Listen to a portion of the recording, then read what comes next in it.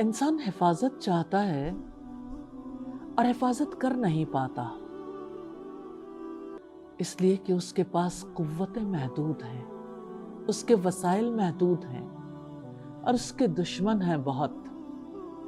ایسے میں وہ کیا کرے؟ اللہ کی پناہ، ایک اللہ کی توحید کا اقرار انسان کو کہاں لے جاتا ہے؟ اللہ کے رسول صلی اللہ علیہ وسلم نے فرمایا، جو شخص یہ الفاظ 10 بار صبح کو کہے تو اللہ تعالیٰ اس کی 100 برائیاں مٹا دیتے ہیں، 100 نیکیاں اس کے حق میں لکھ دی جاتی ہیں اور اسے ایک غلام آزاد کرنے کے برابر اجر ملے گا، اور شام تک اس کی حفاظت کی جائے گی، اور جو شام کو یہ عمل کرتا ہے صبح تک اس کے ساتھ ایسا ہی معاملہ کیا جاتا ہے۔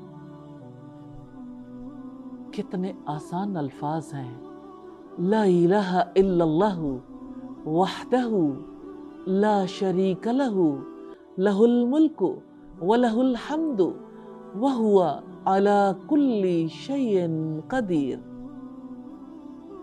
اللہ تعالیٰ کے سوا کوئی معبود نہیں، اس کا کوئی شریک نہیں، اسی کی بادشاہی ہے اور اسی کے لیے ساری تعریف ہے، اور وہ ہر چیز پر قادر ہے۔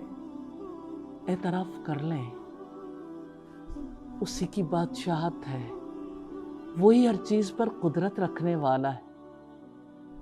اس اعتراف کا اجر کتنا بڑا ہے، 100 برائیاں ختم کر دی جائیں گی ایوری ٹائم، 100 نیکیاں حق میں لکھ دی جائیں گی، اور جس کی استطاعت نہیں ہے کہ وہ کسی غلام کو آزاد کر سکے، ظاہر ہے کسی انسان کی آزادی کے لیے زیادہ سرمایہ لگتا ہے۔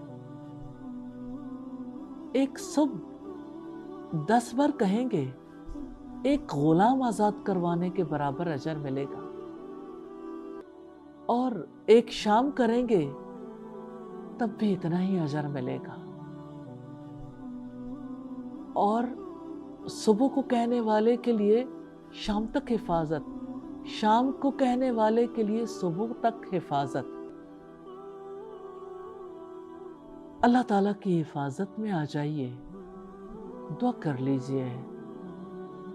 دعا عبادت ہے، دعا حفاظت ہے، دعاؤں کا حصار ہے، دعاؤں پر انحصار ہے۔